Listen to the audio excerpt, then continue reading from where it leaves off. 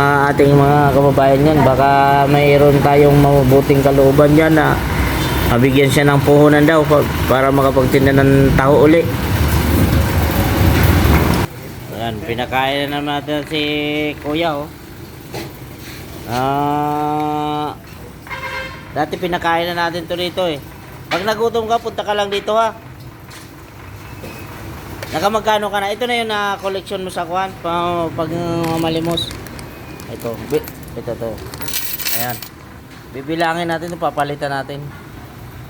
Para hindi mabigat. Pinakain natin si kuya. Ayan, sige, kain lang ng kain ha. Bibilangin natin itong coins mo. 10, 20, 30, 40, 50, 60, 67. O, gawin mo ng 67, gawin mo ng 70. O. Dahil, bigyan mo to 70. O, kunin mo to coins niya o. 70, bigyan mo 70, palitan mo. Sige, kain lang kain. Dapat iwasan mo na magsigarilyo. Oo. Candy na lang. Oo, kasi yung sabihin nyo, naging malimos ka, tapos nakikita may hawakan sigarilyo. Parang hindi maganda yun. Dapat gamot, maintenance. Jeepney driver ka dati, di ba? Jeepney driver yan dati si kuya eh. Ayun na-stroke. Dati pinakain na natin dati ito dito eh. Ngayon bumalik ulit siya dito dahil may ikot ulit maghihingi ng ano. Ayan o, 70 na yan ha. Dinagdagan ko na ng 3. O, ayan. O.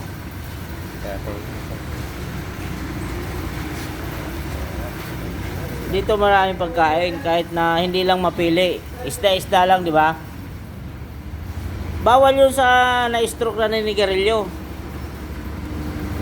O.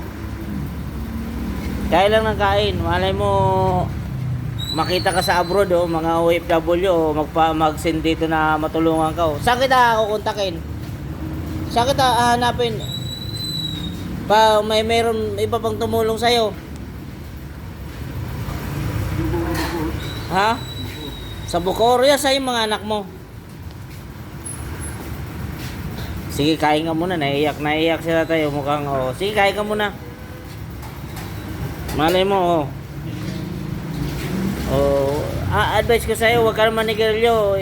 I-focus mo lang sa maintenance mo. Malilit pa yung anak mo.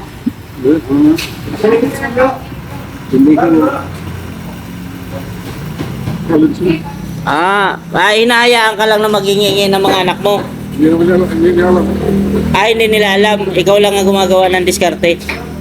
So, kaysa hihingi ka pa sa mga anak mo, di ba? Tapos pagagalitan ka nila. Hindi bigyan naman sa akin ng araw.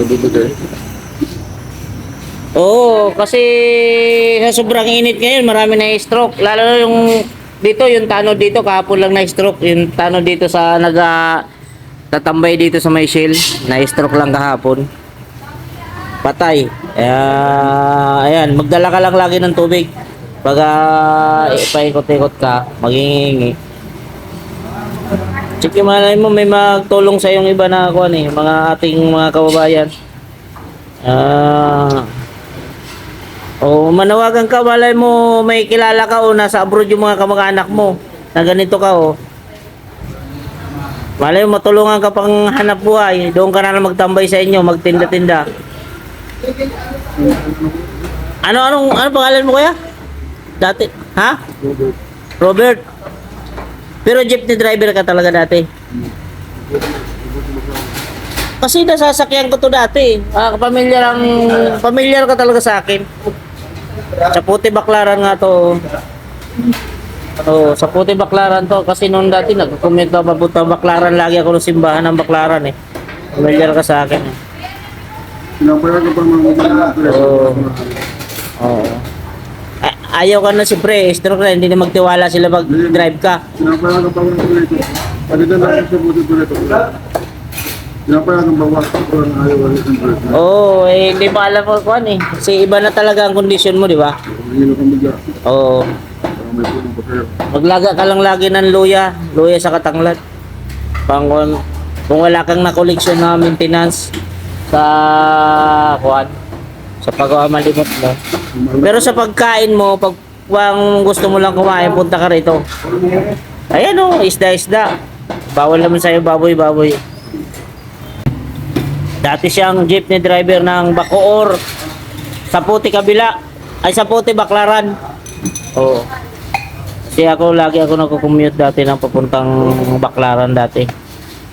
Kaya, yan, na-stroke siya. Kaya, yun. Wala na siyang hanap buhay. Kaya ito na. Naghihingi na lang siya. Sa susunod pagpunta ka rito, ayaw kong may hawak ka sigarilyo. Kain ka o bibigyan kita uli. Pag bumalik ka dito, bibigyan kita ng kuwan. Pambili mo ng maintenance. Oh, ay pakainin mo na kita ha. Ay bibigyan kita ng ulam pang dala mo sa kuwan. Sa anak mo. Ito. May isda dito, ayun.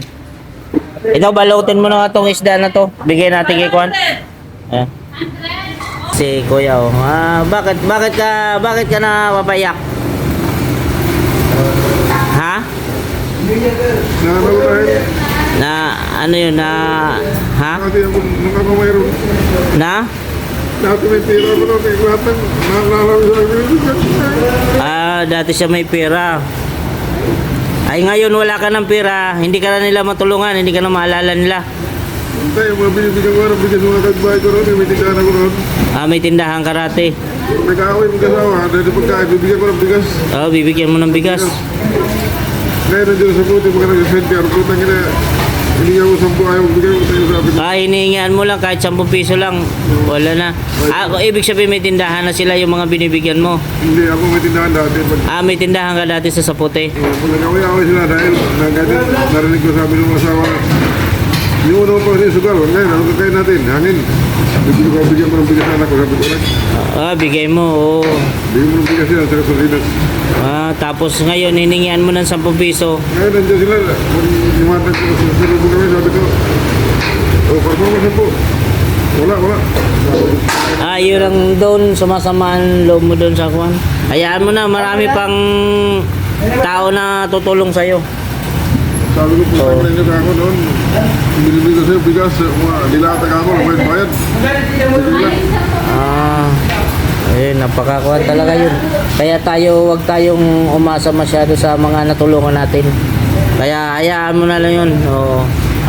Umasenso man sila o mayroon sila, ipasa Diyos na natin at sa mas maganda hindi na siya humingi ulit sa'yo.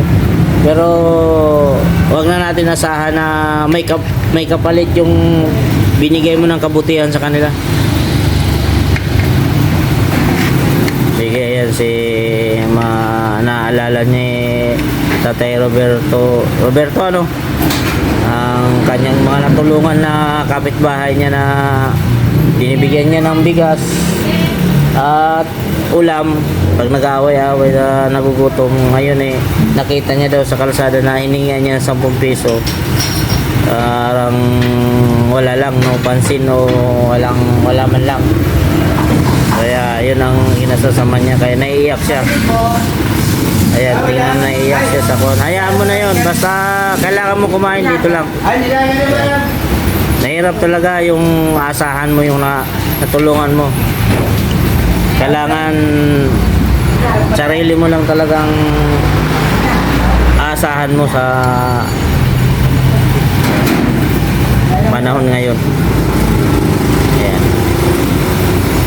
Sige, kain lang ng kain.